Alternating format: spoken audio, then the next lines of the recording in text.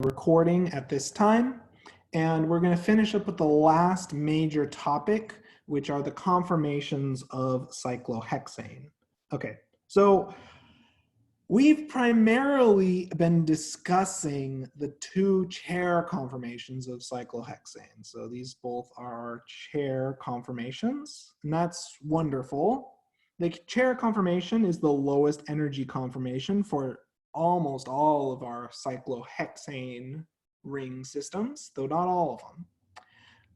And the reason for that is torsional strain is minimized as our substituents are staggered. So if we think about our dihedral angle, we have a 60-degree dihedral angle separating our substituents, and our bulky substituents are separated by a larger dihedral angle of 180 degrees. So we're in the staggered conformation throughout each of our, looking down each of our carbon-carbon bonds. Wonderful, we've minimized torsional strain, we've minimized angle strain. Now, we're gonna discuss the mechanics. We're gonna discuss the mechanics of how exactly this ring flip occurs, okay? So we're gonna follow along together and we're gonna start off,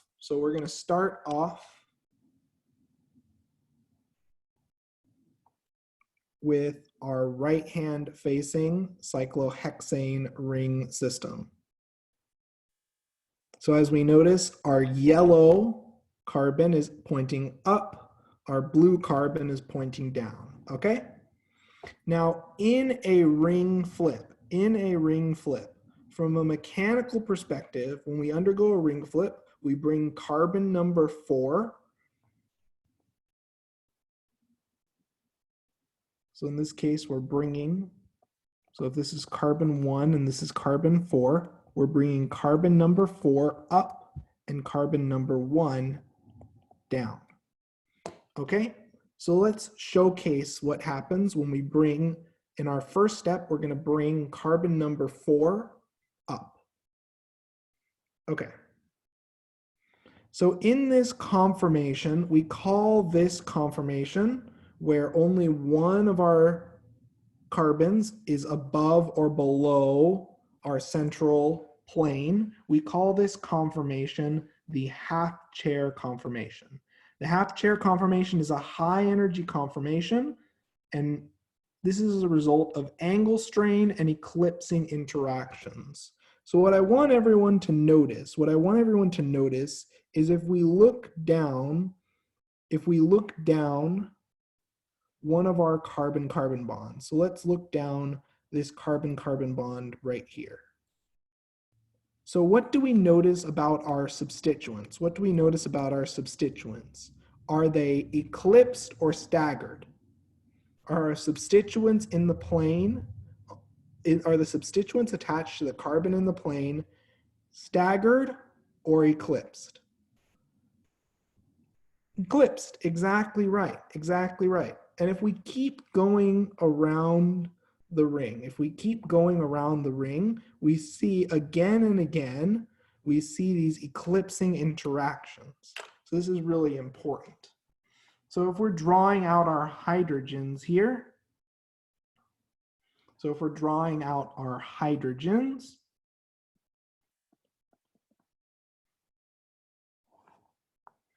just drawing off from our model,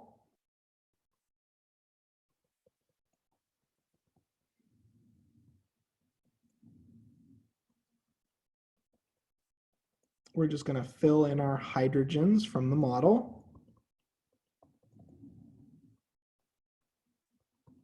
And the main key feature that we notice in the half-chair conformation is we see multiple eclipsing interactions.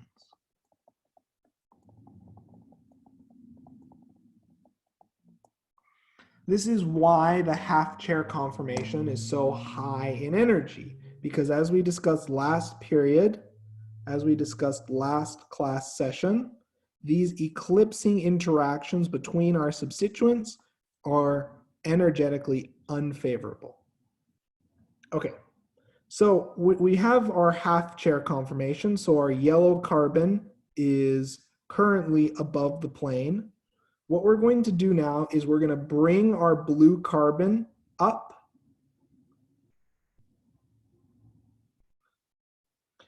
And instead of adopting a boat conformation, after we bring our blue carbon up, would someone like to tell me, what does this look like? So if we look at our front and our back carbon-carbon bonds, are they relatively straight or twisted? So are they parallel or are they brought out of alignment? So we brought our blue carbon up, so just as a refresher, so we started off with our blue carbon in the ring, we brought our blue carbon up, and we've generated the following chair conformation. Okay? We call this new conformation the twist boat conformation. Now, one thing I want us to pay attention to, if we look at the substituents, so if we look at the substituents on our blue and yellow carbons, in our twist boat conformation, are substituents relatively close or far away?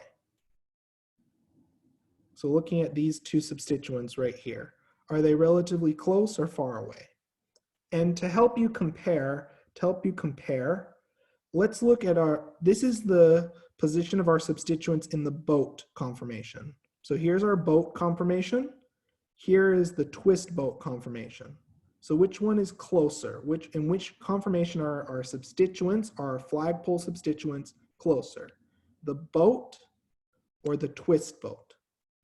In which case so I'll show it again. Yep, the boat is closer. And that's really important because the reason we adopt the twist boat conformation is because we have these two, what are called quote unquote flagpole substituents.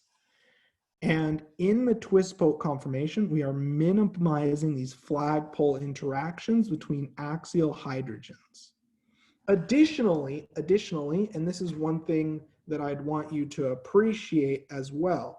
If we look down, so let me bring it up to the camera.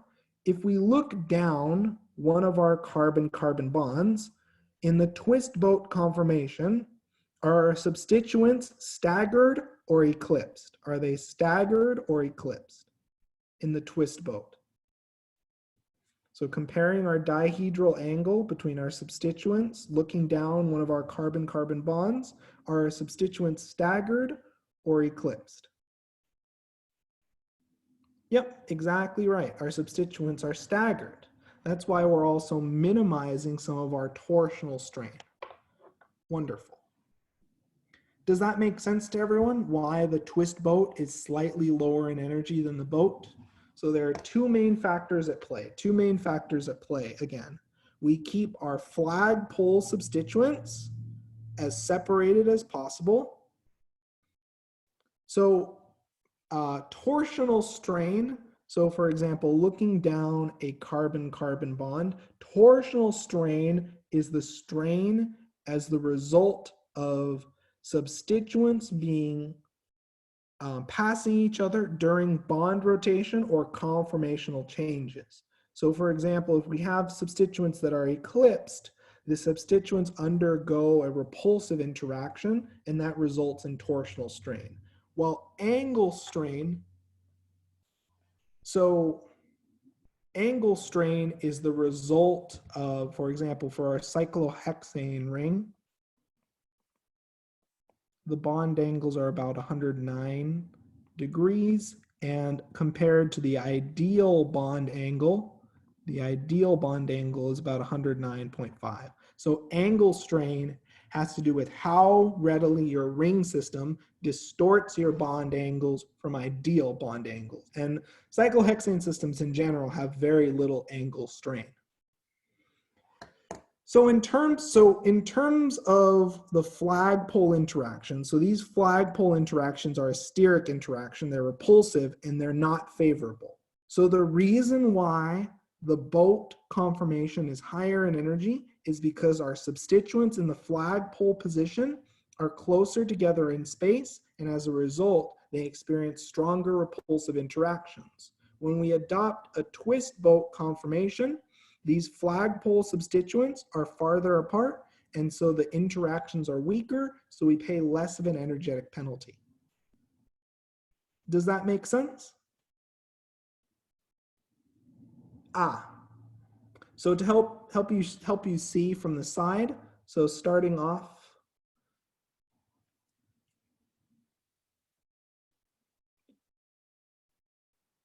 so we have our half chair. Okay, so we have our half chair. We bring our blue carbon up, and the carbon adjacent to the yellow carbon moves up, and the carbon adjacent to the blue carbon in the back moves up. And essentially what you're doing is you're physically twisting your blue and yellow carbons. One, you're pushing the yellow carbon back, and the blue carbon you're pushing towards yourself. And what that results when you twist your yellow and blue carbon, so here's the boat, here's the twist boat, you're generating space between your flagpole substituents. Okay. Okay, now from our twist boat, so we have our twist boat right here, we have these flagpole interactions relatively minimized. We can now adopt the boat conformation. So to show the shift between twist boat and boat, so we have our twist boat, we bring our flagpole substituents close together, and our carbons are now, 2 of them are above the plane, the rest are locked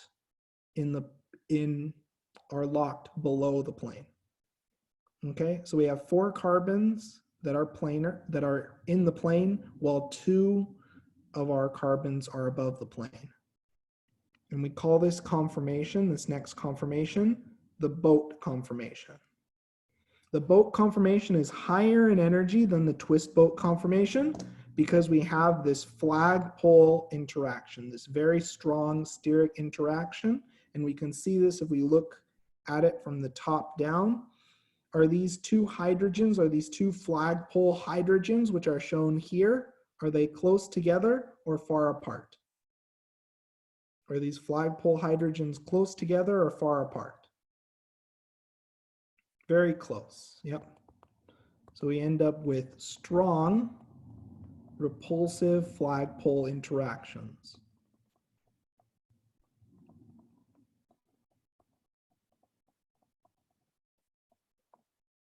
Okay, now another thing to appreciate is let's look down one of our carbon-carbon bonds for our carbon in the plane. And I'd like you to tell me if we look at the hydrogens for the carbons in the plane, are these substituents staggered or eclipsed? Is there a large or small dihedral angle separating our substituents? These are eclipsed, exactly right. So we have also HH eclipsing interactions.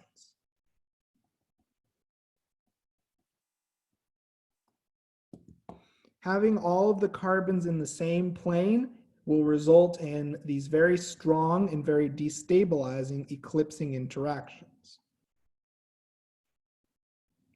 Okay, so let's recap. Let's recap so far what we've done. Let's recap so far.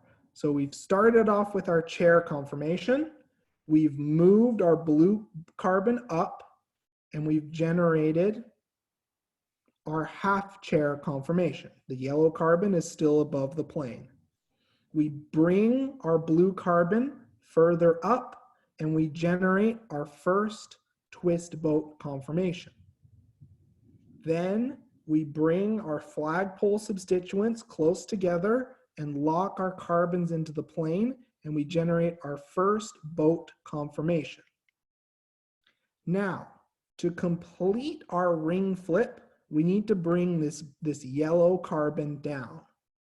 So what we're going to do is we're going to switch to a second twist boat conformation, then to our second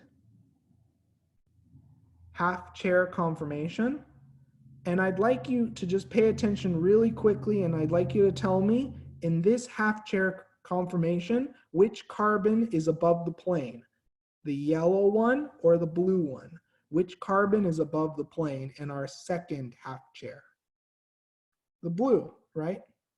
Remember, our goal was to bring carbon 4 up and carbon 1 down. Finally, from our second half chair, we bring our yellow carbon down and we generate our second chair conformation. Okay? Now, as we notice, during this ring flip, we have inverted the position of our substituent from axial to equatorial. Okay, so let's do another time lapse once again. And let's think about it from the context of an energy diagram, okay? So we're gonna start from this structure A on the left, and we're just gonna trace through it one more time, okay? So we're starting off from our chair conformation.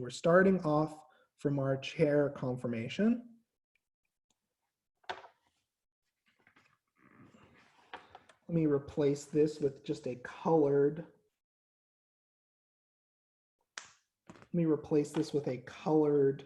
Atom so it's easy to see. Okay, so we're starting off with our left-facing chair conformation, okay? Just as a recap, is our chair conformation high or low in energy? Is the chair conformation high or low in energy? Just in general. Are chair conformations high or low in energy? Low, exactly right. As a refresher for why that is, if we look down our carbon-carbon bond, we see our substituents are all staggered. Okay. So now, if I want to do a ring flip, what carbon am I going to bring up? The blue or the yellow carbon? Which one am I going to move up? The blue or the yellow? The yellow. Yep. So I move my yellow carbon up. And what do we call this conformation where 5 carbons are in the plane and 1 carbon is above the plane? What do we call this conformation? Yep, half chair right here. So here we go. We have our half chair. I'm going to call this half chair number 1. Now, is the half chair conformation high or low in energy? Is this half chair conformation high or low in energy? High. And just to help you understand why, if we look down one of our carbon-carbon bonds, our substituents, are they staggered or eclipsed?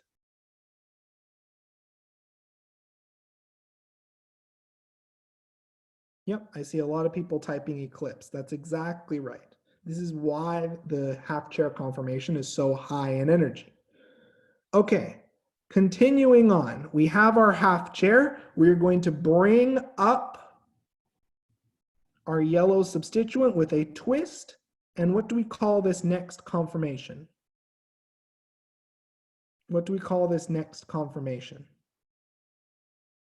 With both our blue and yellow carbon above the plane, but our carbon-carbon bonds are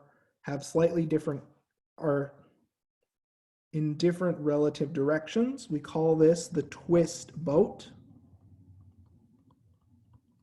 And what is the reason behind this twist boat? Why do we adopt the twist boat conformation?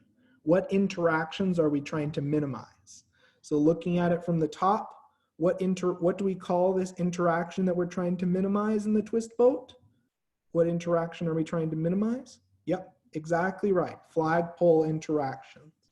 So we are trying to keep our flagpole hydrogens as far apart as possible. Exactly right. Okay, so here we go. We have our first twist boat conformation.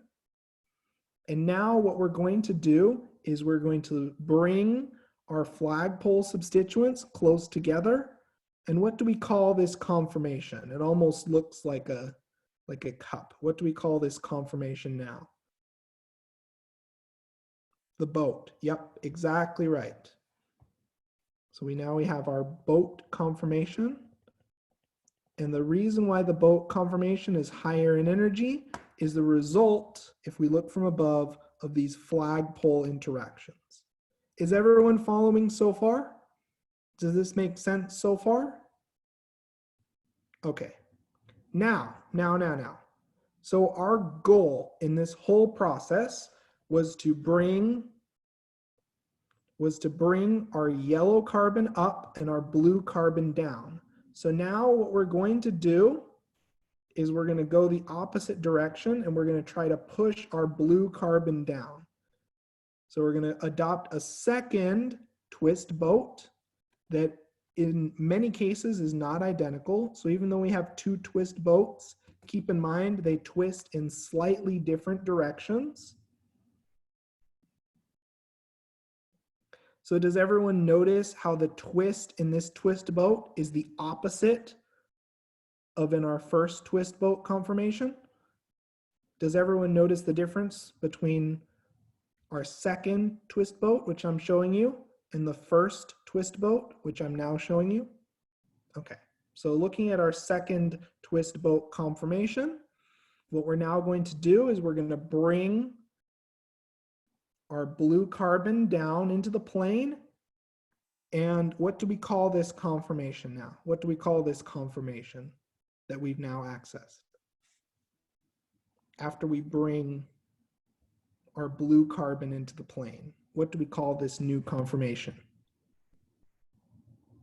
Yep, exactly right. So this is the half chair, and more specifically, it's half chair number 2. If all of our substituents are hydrogen, then we have no problems. There's no difference in energy. But if the substituents are different, your energies will be different. Okay? Finally, to finish off this problem, we bring our blue carbon down, and we've generated our right-facing chair conformation. Is everyone able to follow that? Would you be comfortable drawing out or going through ring flips using a model kit? Is everyone comfortable with the idea behind ring flips and each of these intermediate conformations? They don't come up a lot, but it's important to understand when you have very strained cyclohexane systems, sometimes these half chair or twist boat conformations may win out in energy. So it's very rare, but you sometimes see it for very strained systems. Okay, so once again, just as a recap, as our final recap. Okay, this is tying it all together. Okay, so we have our left-facing chair conformation. Yep, so we have our left-facing chair conformation. Let's just, as a mental note, looking at this purple substituent, is it axial or equatorial? Looking at this purple substituent right here.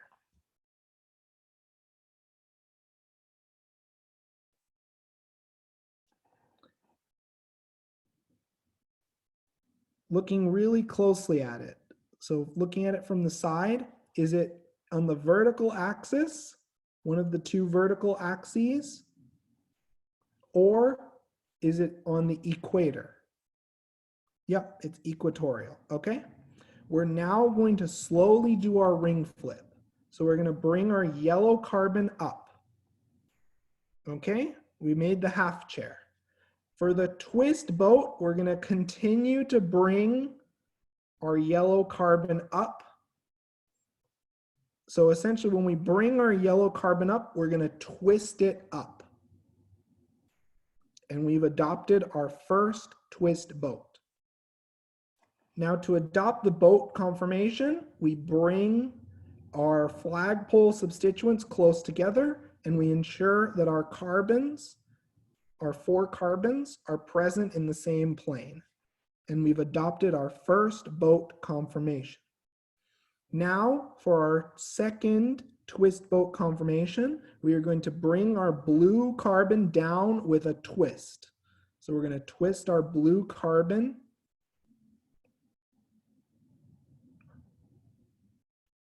And we're going to bring our second twist boat conformation. Finally, we'll adopt our second half chair conformation by bringing the blue carbon down.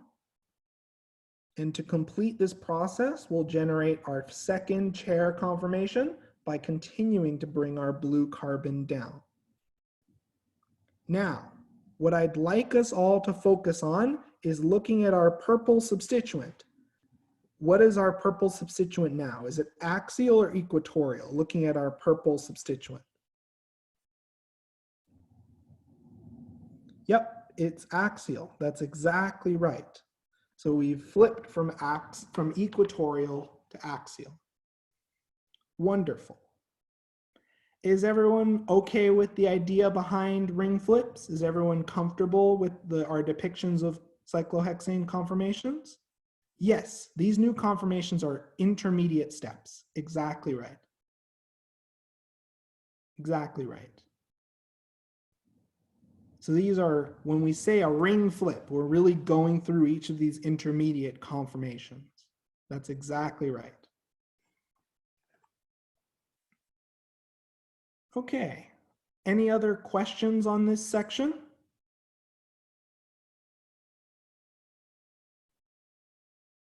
If not, let's continue on to our last major section. So one thing I just want you to really keep in mind, here are some common mistakes that I see. When you flip your chair conformation, so carbon 1, carbon 4, carbon 1 goes down, carbon 4 goes up, okay? So this is carbon 1, this is now carbon 4. Would someone like to tell me the problem with this first mistake? So if we look at this methyl group, would someone like to tell me in our second chair conformation, what carbon is that methyl group on? Did that methyl group go for a bit of a walk there? Exactly right, it's on carbon number 2. So really make sure you number your carbons and you don't shift your methyl group around. Okay? The next major error, if we look at our first methyl group in this first conformation here, is our methyl group pointing up or down? Is our methyl group pointing up or down? So looking at this methyl group, yep, it's pointing up. Exactly right.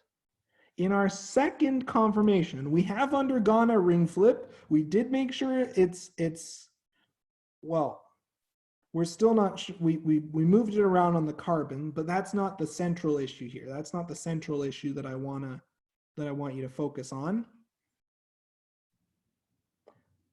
Is this methyl group pointing up or down in our second chair conformation? Is it pointing up or down in the second chair conformation? So this methyl right here. Is the methyl group after our ring flip pointing up or down? It's pointing down. Exactly. So this is not okay. This is not okay. You want to make sure that your methyl group has the same stereochemistry. So really critical, ring flips do not convert up groups to down groups. Stereochemistry is preserved.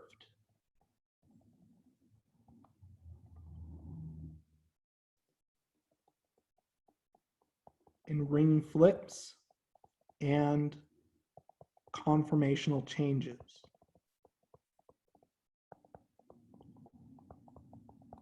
Okay, so this is really important, and it's going to be especially important as we move into chapter 5. Okay, so if you need a reference for common mistakes, I often check for those on my exam questions. The last thing we're going to cover are conformations of polycyclic molecules. So the most common motif that's found in a lot of natural products and pharmaceuticals is the Decalin motif. So Decalin consists of 2 cyclohexane rings joined to share 2 carbon atoms, our bridgehead carbons, number 1 and 6.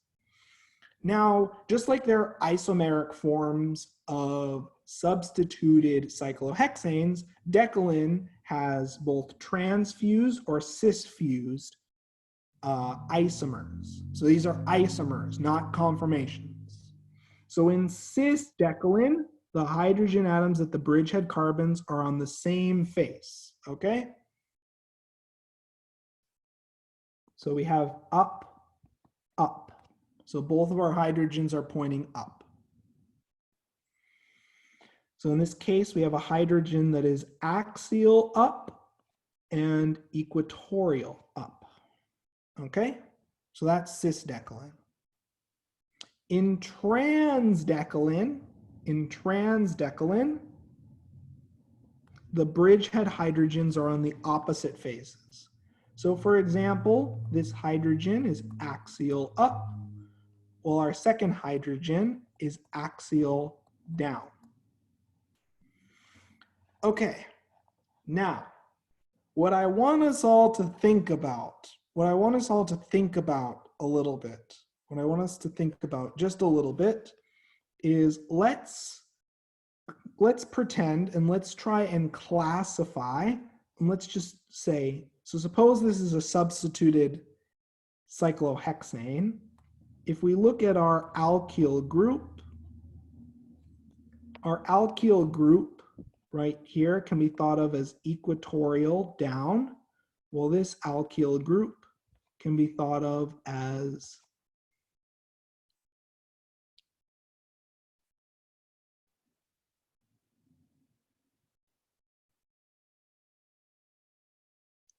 axial down.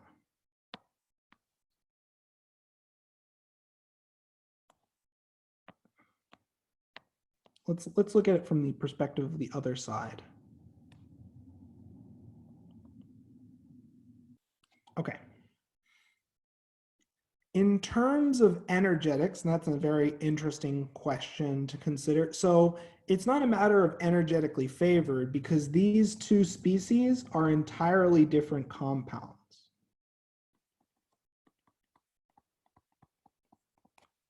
It would be like comparing, for example, cis dimethyl cyclohexane to trans dimethyl cyclohexane. So they're entirely distinct chemical species. In terms of energetics, if they're substituted, in general, the trans Decalin is slightly lower in energy. And one of the reasons for that is you're minimizing some of these potential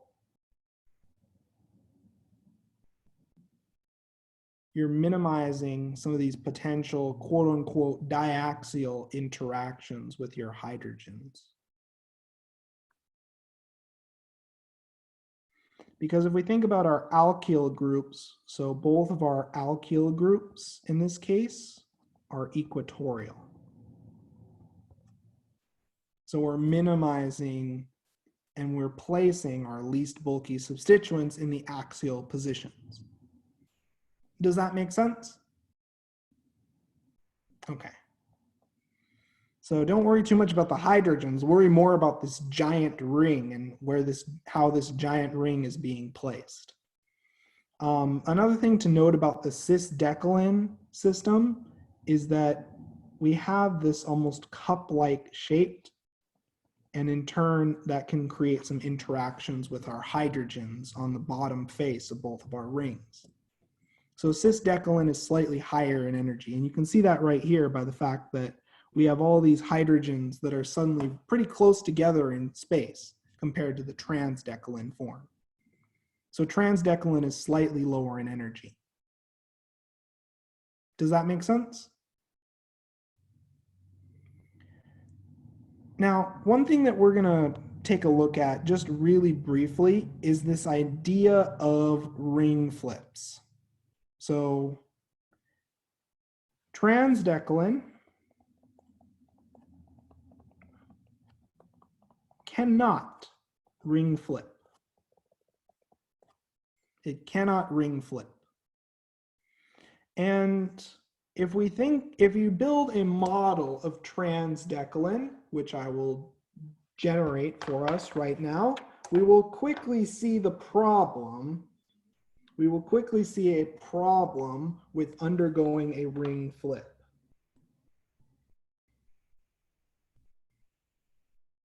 Give me one moment to build the model.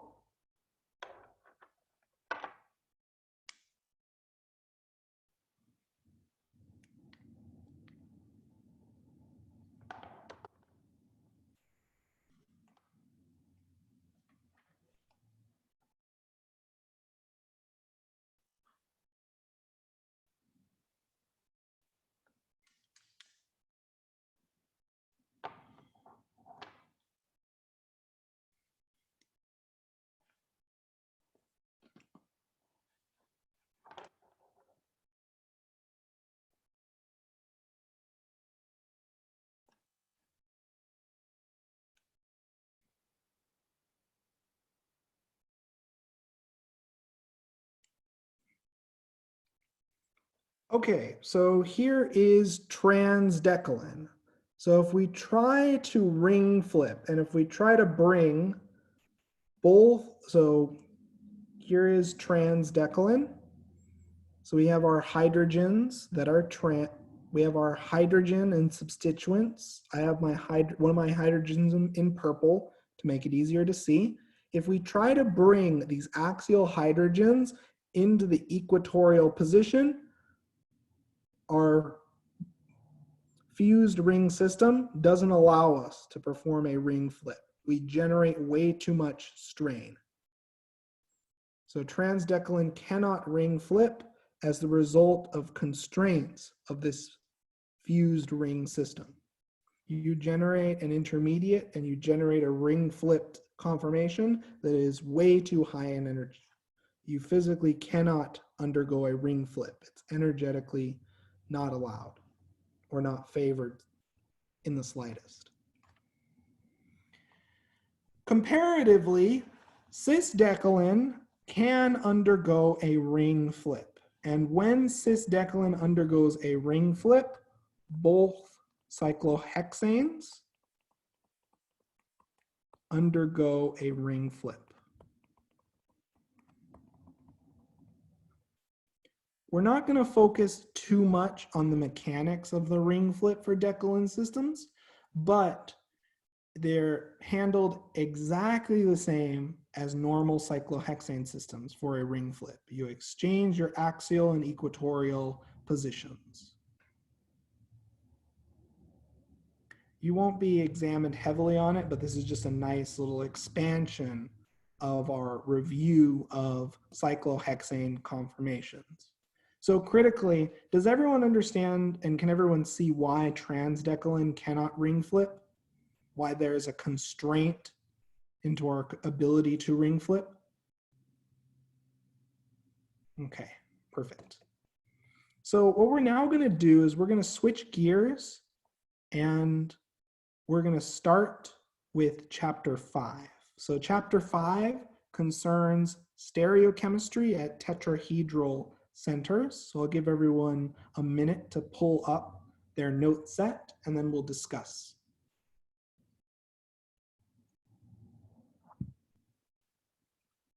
Okay, so let's do some review now. So constitutional isomers have the same molecular formula, but a different connectivity of atoms.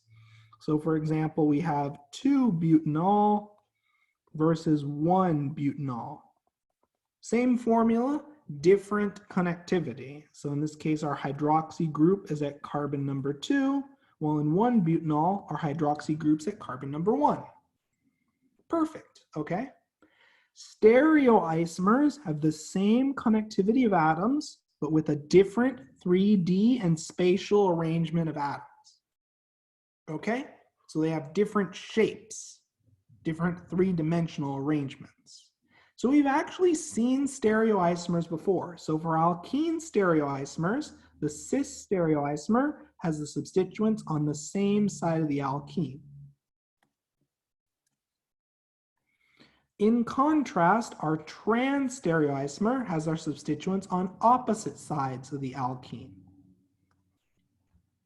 Can everyone see how these two molecules have slightly different shapes because their chlorines are in slightly different positions in 3D space? Does that make sense to everyone? Does everyone remember this idea? Okay. So we've also observed cis trans isomers for cyclohexane ring systems. So in the cis stereoisomer, substituents are in the same face of the ring. So for example, both of our methyl groups are up and up. So we have axial up and equatorial up. While for the trans stereoisomer, the substituents are on opposite faces of the ring. So in this case, we have a methyl that's up and a methyl that's down. So we have axial up and axial down. Does everyone see how these two molecules have different 3D shapes? Can everyone appreciate the fact that these two molecules have different 3D shapes? The methyls are in different spots. Does that make sense so far? Okay, perfect. Now we're going to look at acyclic systems, and we're going to discuss stereochemistry from the perspective of molecular chirality. So each hand is the mirror image of the other hand, and the mirror images are non-superimposable. So for example, if we look at my left hand and my right hand, they are mirror images of each other, but if I try to bring them on top, do they align perfectly? Do they perfectly match? Can I put my hands exactly on top and it's a perfect match? No, they're non-superimposable mirror images. Okay. So many organic molecules have non-superimposable mirror images that result from substitution patterns on an sp3 hybridized carbon. So for example, just like we have a quote unquote left and right hand, molecules can be quote unquote left and right handed. So molecules have a sense of handedness. So these two molecules, just like our two left and right hands, are non-superimposable mirror images. Does everyone see how these two molecules, just like our two hands, if we try to bring them on top, they don't perfectly match? Does that make sense? Does that analogy make sense to everyone? Okay. So chiral molecules, so a molecule is chiral if they have non-superimposable mirror images and lack an axis of symmetry. We'll talk about that point later on. Enantiomers are a pair of molecules that are non-superimposable mirror images. So let's show an example and we'll make a model to showcase this. We'll make a model to showcase this.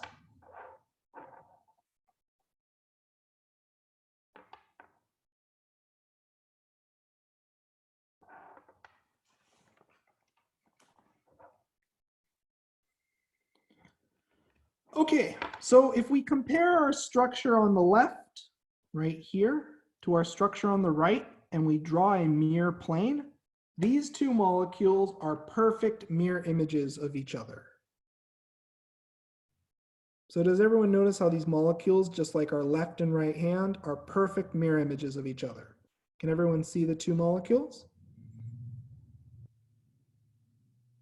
Okay, now we're going to turn our molecules following dash wedge notation to perfectly match each of the structures shown.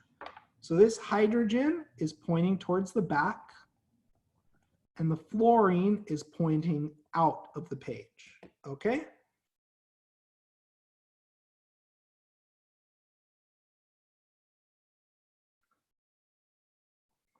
Okay, so our blue fluorine is pointing out towards you and the white hydrogen is pointing into the page. Is everyone seeing what I'm seeing here? Our bromine is on top and our chlorine is pointing to the left. Okay, Now for our mirror image. Now for our mirror image.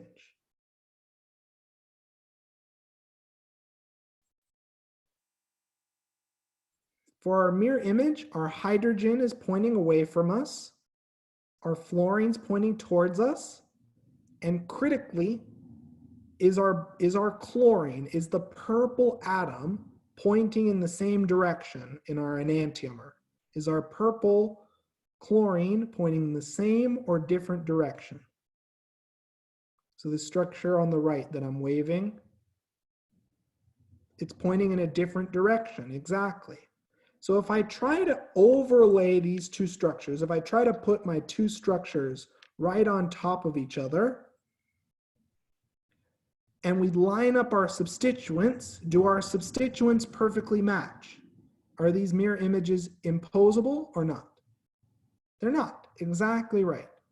And what I really want you to appreciate in this chapter is that's all it takes to identify whether compounds are enantiomers. If you build the model and physically put the models on top of each other, if they don't perfectly line up, you're dealing with enantiomers in most cases.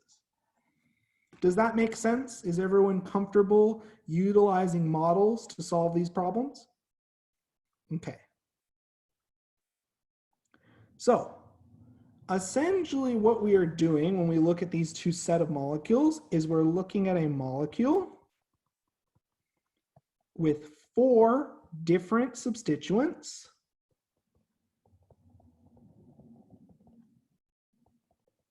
and its mirror image,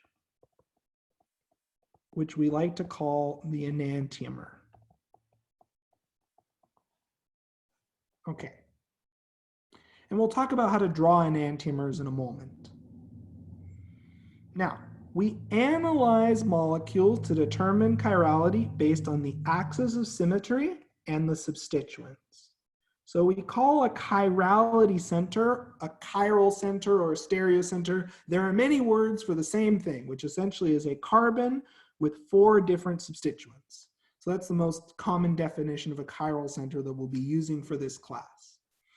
A molecule that contains chiral centers with no axis of symmetry is a chiral molecule. Okay? So let's go through a series of exercises. Let's go through a series of exercises here, and let's try to determine whether we have a chiral or achiral set of molecules. Okay? So we're going to start off with our most basic. Let's start off with the CH3X. So I'd like you to tell me while I'm building the model, do we have 3 of the same or 3 different substituents? Do we have 4 different substituents? Do we have 4 different substituents? Do we have 4 different things bonded to our carbon in CH3X? Do we have 4 different atoms? So are these 2 hydrogens the same or different atom? The same, exactly right. So do we have 4 different substituents bonded to our carbon? Do we have 4 different substituents? No, exactly right. Exactly right. Okay, now, just like before, I'm going to hold up the molecule and its mirror image. And my question to all of you is, if I bring my molecule and its mirror image directly on top of each other, if I try to bring them directly on top of each other, do my substituents align? Are my substituents all in the same place? Do they perfectly match up? Yes, that's exactly right. So, this molecule is achiral. It does not have an enantiomer, and this carbon is not a chiral center because it does not have 4 different substituents. Okay, let's try to spice things up a bit. And let's look at CH2XY. And I'd like you to tell me, as I'm building the model for you, do we have 4 different substituents? Do we have 4 different substituents? And let's think through this one really carefully. Do we have 4 different substituents? I see a lot of people typing no. That's exactly correct. So here is our molecule. Let me set it up so we have the mirror images. So here is our molecule on the left. Here is our mirror image on the right. Now, although it looks like these are genuine mirror images, if we physically rotate our model so that our substituents are in the same positions, now are these 2 molecules exactly identical in terms of 3D shape? Are these 2 molecules exactly identical? Yes. So via rotation, we see that these 2 molecules have the same substituents in the same 3D location. So, is this molecule chiral or achiral? Does this molecule have an enantiomer? Does it have, it's achiral? Exactly right. Okay, now let's look at CHXYZ. It's a mouthful. Okay, so let's look at a molecule and its mirror image. And this time we have to be a little bit careful. And I'd like you to guess, before I show you the models, is CHXYZ, is that chiral or achiral? Yep. Or just if we're thinking in terms of our criteria, does CHXYZ have 4 different substituents? Yep, I see a lot of people typing chiral. Okay, so let's show that. So here is the molecule on the left. Here is, oh, whoops, one moment. Here is, whoops, I made a mistake. 1 second.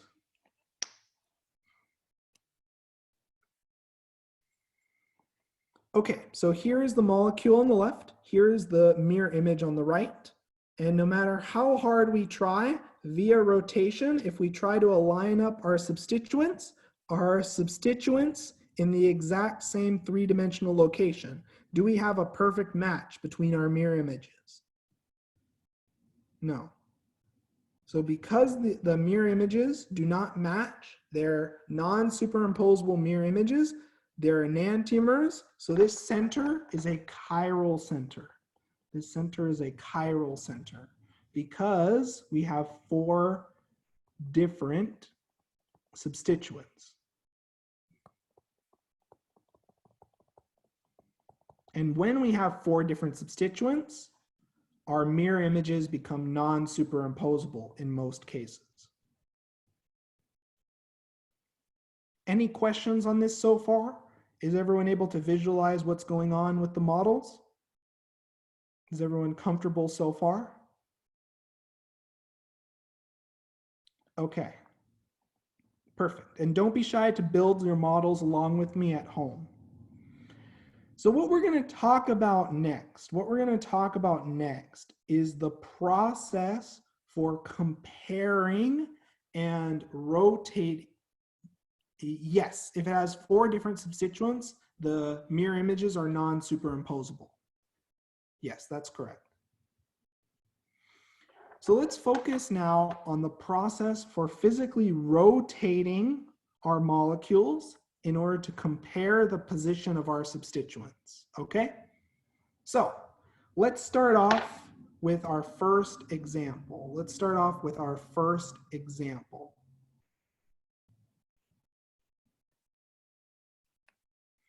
So in this case, we're looking at structure A. So we have our bromine on the top.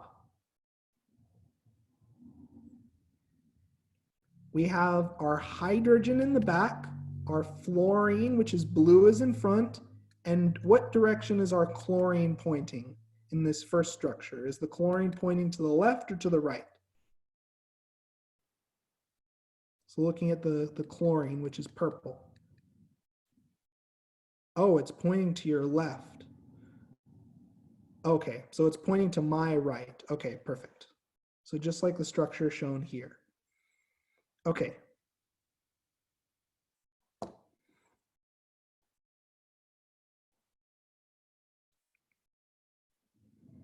Now, let's look at our mirror image. Let's look at our mirror image.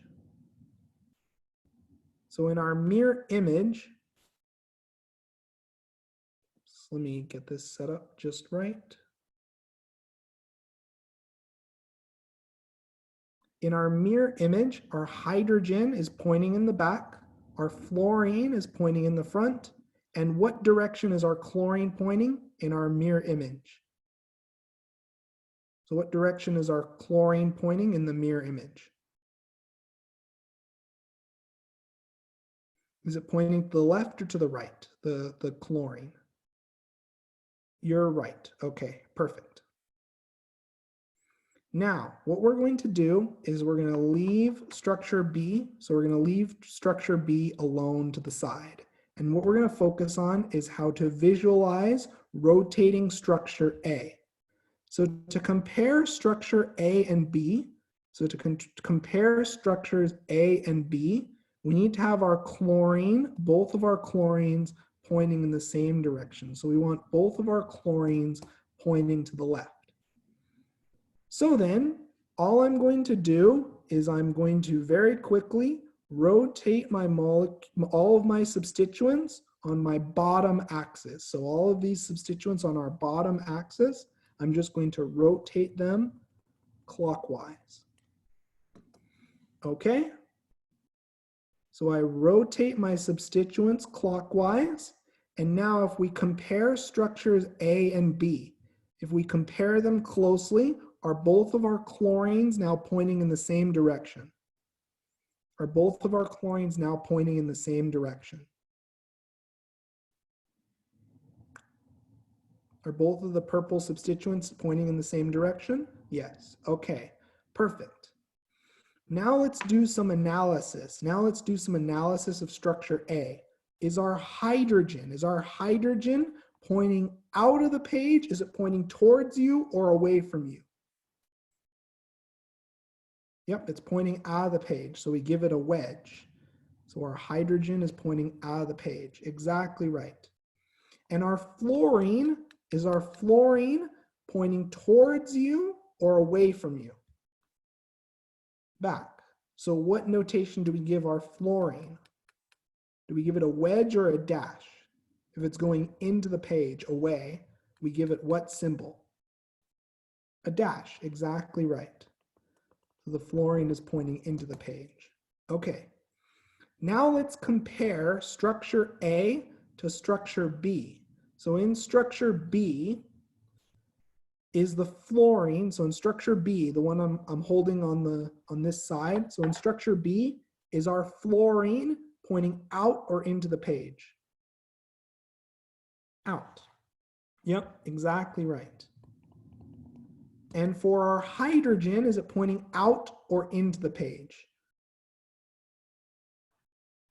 Do we give it a wedge or a dash for the hydrogen? The little white thing in the, is it pointing towards you or away from you? The hydrogen. Away, exactly right. So we give it a dash. And if we try to bring and align both of our structures, do our substituents match? Are our mirror images imposable? No. Okay, so just as a highlight for what we did, so starting off from this depiction of structure A,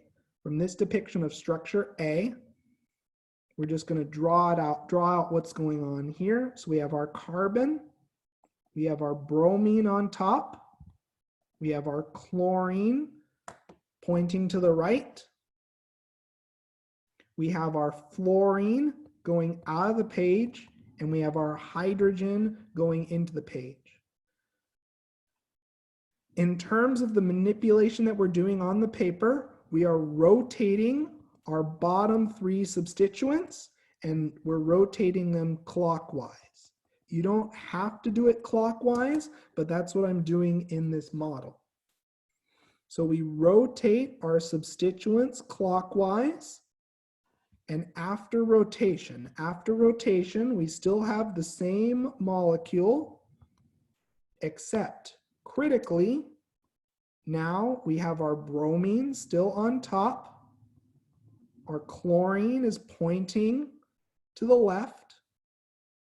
Our hydrogen is now pointing out of the page, and our fluorine is now pointing into the page.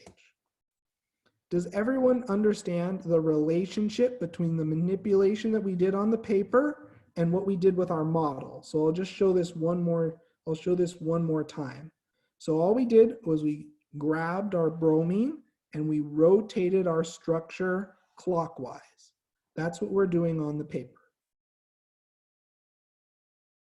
As a result of this rotation, our hydrogen is now pointing out towards us, and our fluorine is pointing away from us into the page. Does that make sense? Yes, exactly right. And the reason why we perform the rotation is so that way our two molecules can be directly compared. That's exactly right. So the reason why we performed this rotation and the reason why I'm emphasizing this rotation is looking at structure A, and if we compare it to structure B, when all of our substituents are in exactly the same relative orientation, we see immediately that our hydrogen is in a different position in these two structures. So these mirror images are non-superimposable. Okay, so just to showcase this once again.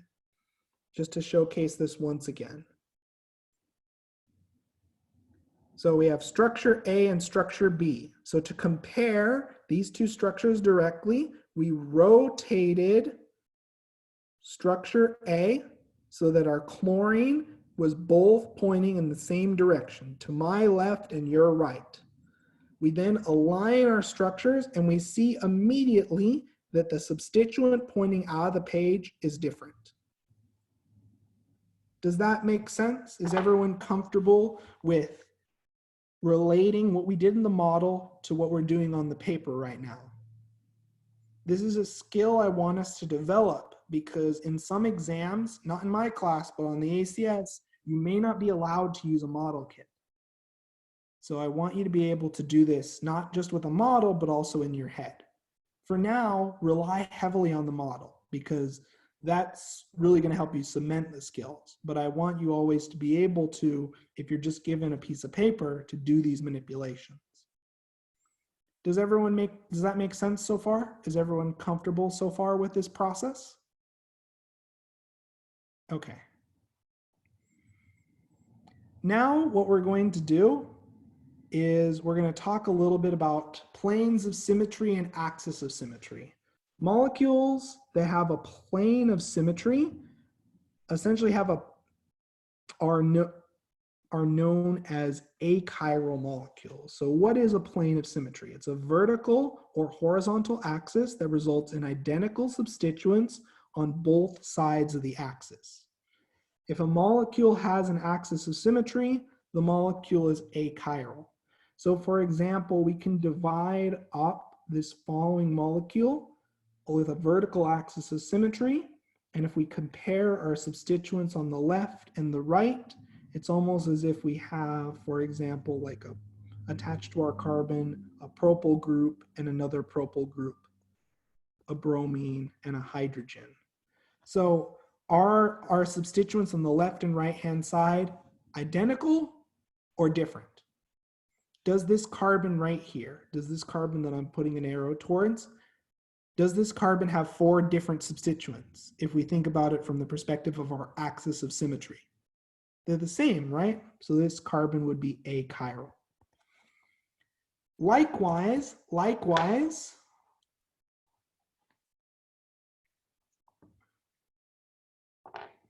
let's suppose we're dealing with a molecule that has 2 different substituents.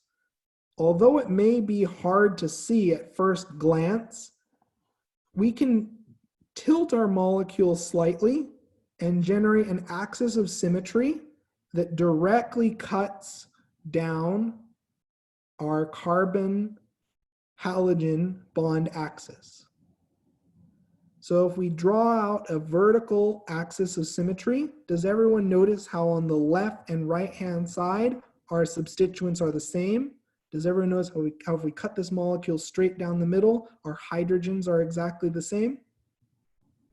Yep, exactly right. So we can draw a plane sort of intersecting our molecule. So we can see we have a plane of symmetry. So we have two identical hydrogens. And as a result, this carbon is achiral. Okay.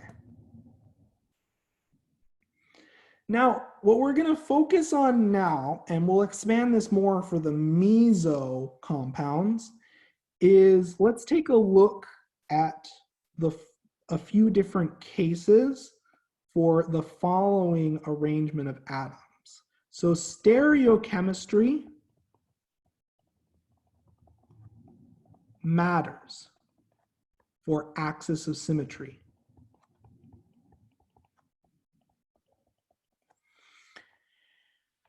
And let's look at the two cases. Let's look at the two potential cases, the two potential types of stereochemistry that we can have.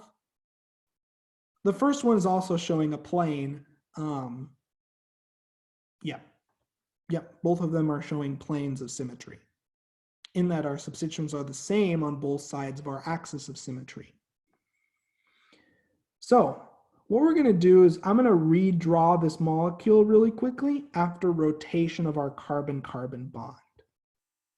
So let's look at two cases. So let's look at case number one, where both of our hydroxy groups have the same configuration. Well, both of our hydroxy groups are pointing up, and versus case number two, where our hydroxy groups have the opposite stereochemistry. And to showcase this, I'm going to build a model for you. We're going to start with case number one. So we're going to focus on case number one for right now.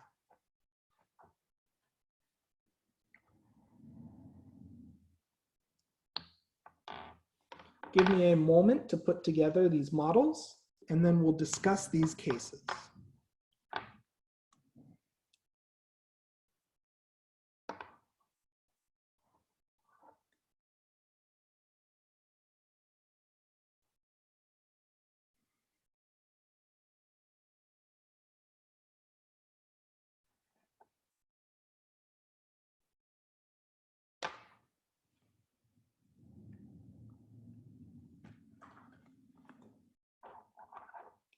Any questions while we're waiting?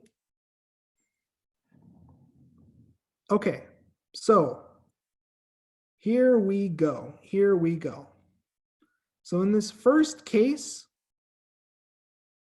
let me adjust the position so it lines up with the camera more correctly.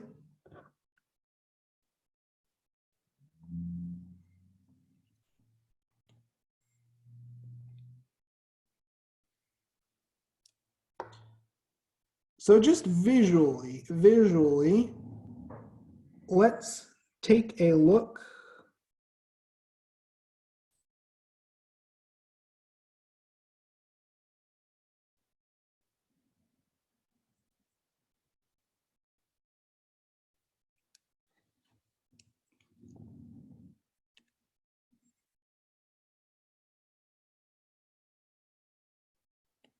Okay, here we go. So I'd like you to tell me, looking at this structure, for structure one, are both of our alcohols pointing out of the page?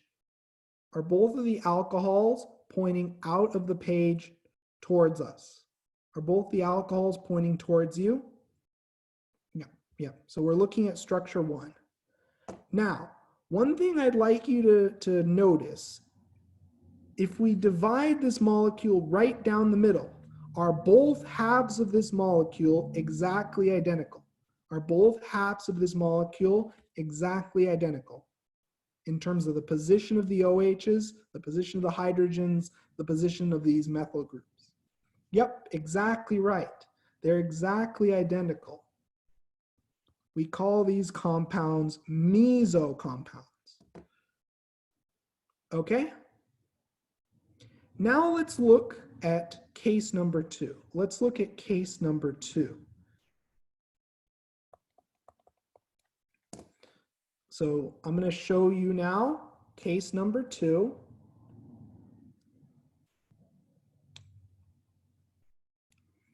Okay, so in case number 2, do we now see one of our alcohols pointing into the page? Do we see one of our OHs, one of our oxygens pointing into the page?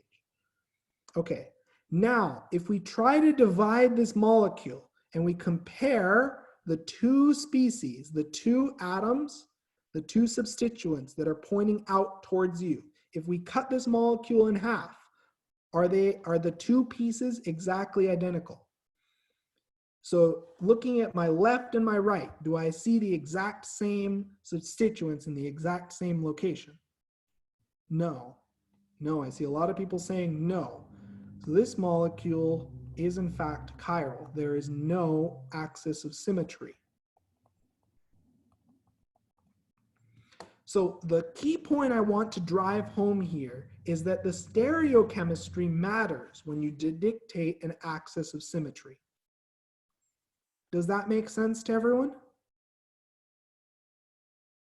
Does everyone understand why case number 2, the two pieces aren't identical?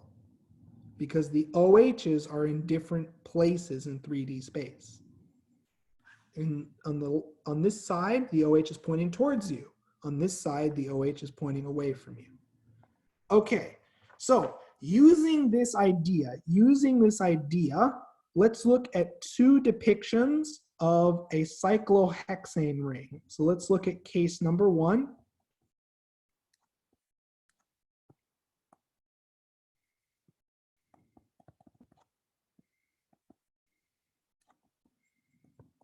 So let's look at the cis versus the trans isomer.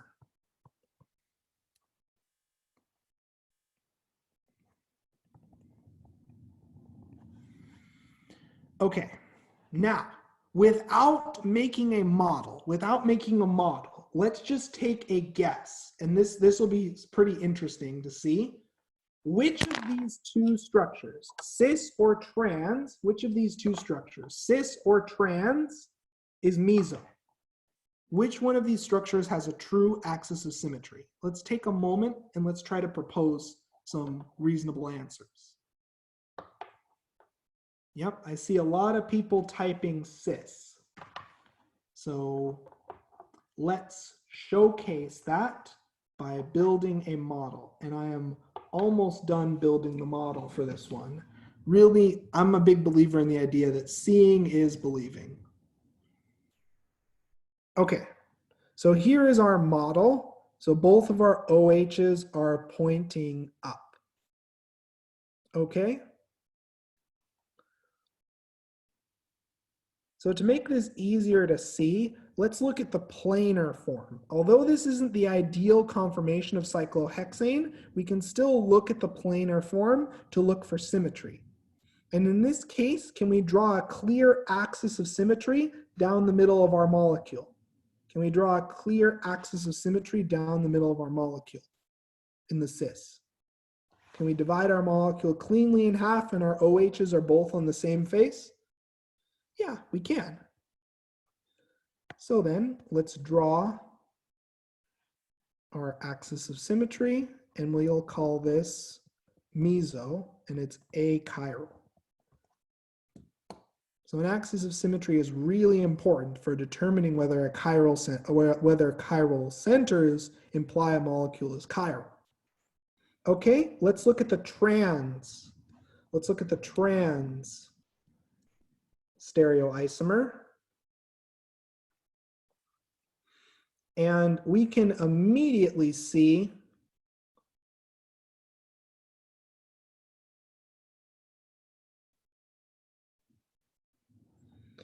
so if we try to split our molecule in half, if we try to draw an axis of symmetry, our OHs, our alcohols in the same position on the ring? Are both of our OHs on the same face of the ring in the trans? Can we draw an axis of symmetry? No, we cannot. So the trans isomer in this case is chiral. There is no axis of symmetry. So stereochemistry is important. It's not just your substituents, but how your substituents are arranged in 3D space. Does that make sense to everyone? Is everyone comfortable with that so far?